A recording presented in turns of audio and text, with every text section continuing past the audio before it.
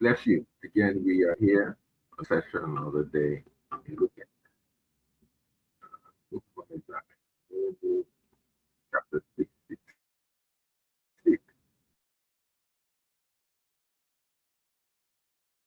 verses 19, 20. Three verses we look at. Take 2 minutes today. When the proclamation of God, the proclamation of God, if you don't mind, these three verses, they're quite chunky. Verses 19 and 20 are quite lengthy, but 21 is quite short. But let's read together. And I will set a sign among them, and I will send those gave of them unto the nation, to Tarshish, Hol, and that draw the bow, to Tubal and Javan, to the isles afar off, that have not heard my fame, neither have seen my glory. And they shall declare my glory among the Gentiles. And they shall bring all your brethren for an offering unto the Lord out of all nations upon horses, and in chariots, and in litters, and upon mules, and upon swift beasts, to my holy mountain, Jerusalem, said the Lord, as the children of Israel in your vessel unto the house of the Lord. And I will also take of them 4 priests and 4 Levites, saith the Lord. Now,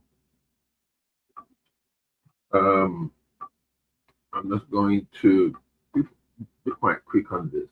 But what this here is saying, what Isaiah here is communicating to us, that on that day, now remember, all of this is really pointing at the time when Christ is going to make his appearance, his kingdom is going to be on the earth, his throne and his government is going to be in full control of whatever is happening in the earth. But there's going to be, at this time, when Christ makes his appearance, there's going to be a great proclamation of God's glory throughout the world. I think that is,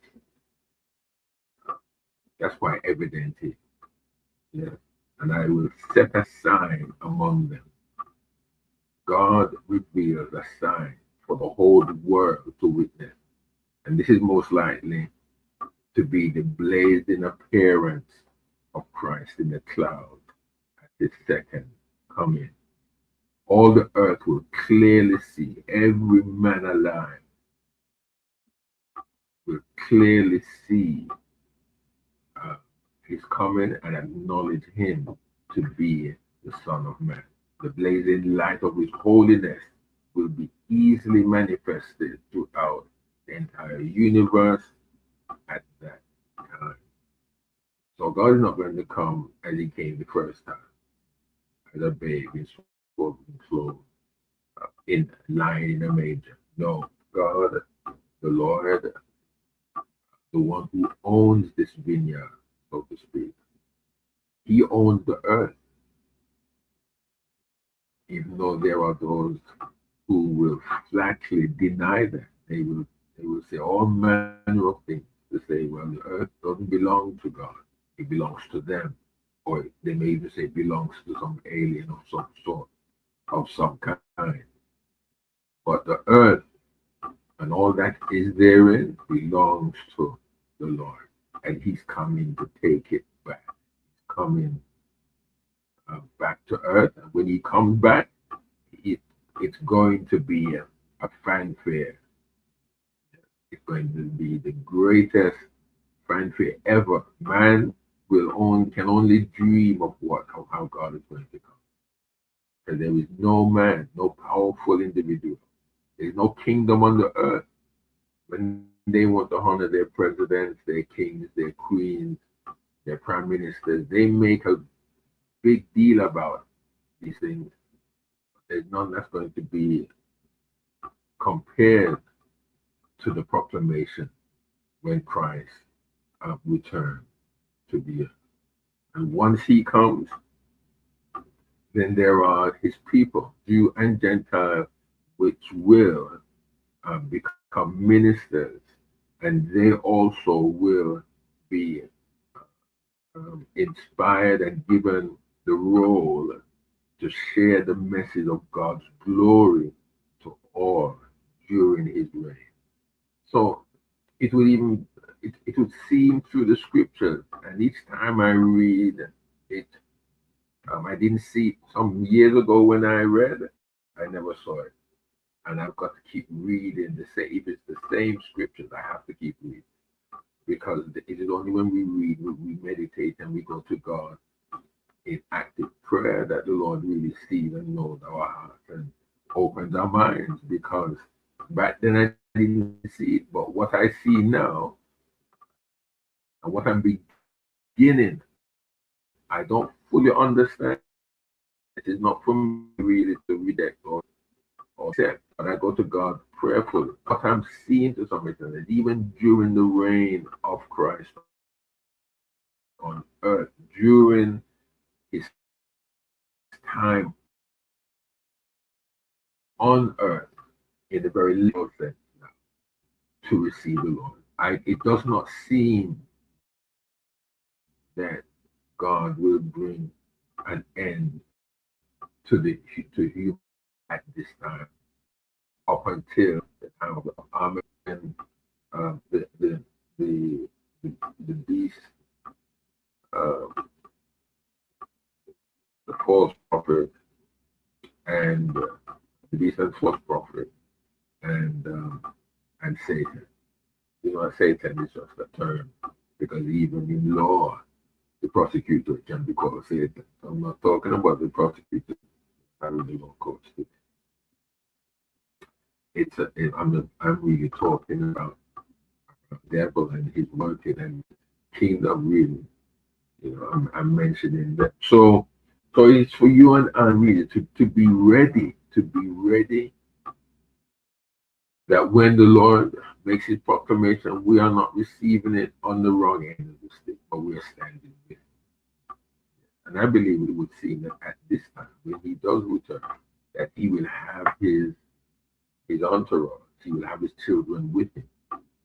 He will have his children. So the church may just be with him at this time. Don't take my word for granted. I believe that you ought to really read the scripture for yourself, go to the Lord in prayer, for he will, yes, he will reveal what it is that we need to know.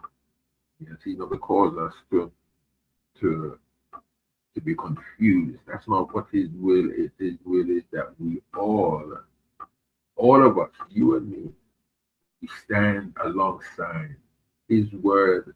We stand alongside him, helping. That's the only thing we're going to do. We're going to be his servant. I want to be a servant. Not only when he comes at that time, I want to be a servant today, right now. And I believe that I am on this program, and I want to be true to that purpose, living a life so that others will see the goodness of God in me. And I want to encourage you. So God's glory is going to be seen. God's glory is going to be experienced. God's glory is going to be found.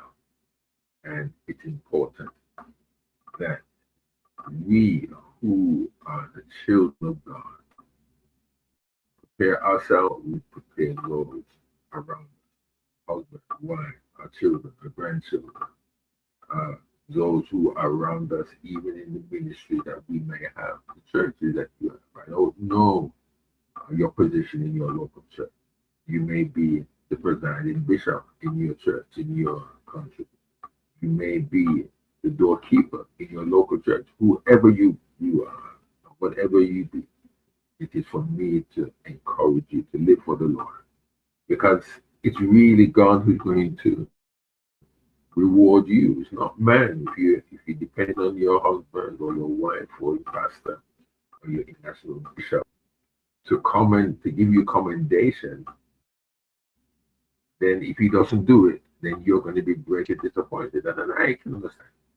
I can understand that your labor in love must be recognized. I understand that, and all good and proper.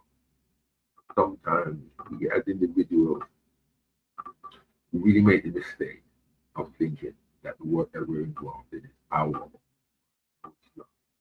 Man did not give us the inspiration. Certainly has given us the Holy Ghost, the Spirit of God to do it. It is all down to God. God called you. God anointed you. God has given you a work, placed you where you are. What you need them to do is to be faithful to them. So may God bless you. We have two more sessions, and then we will bring everything that we have been doing to a conclusion, at least for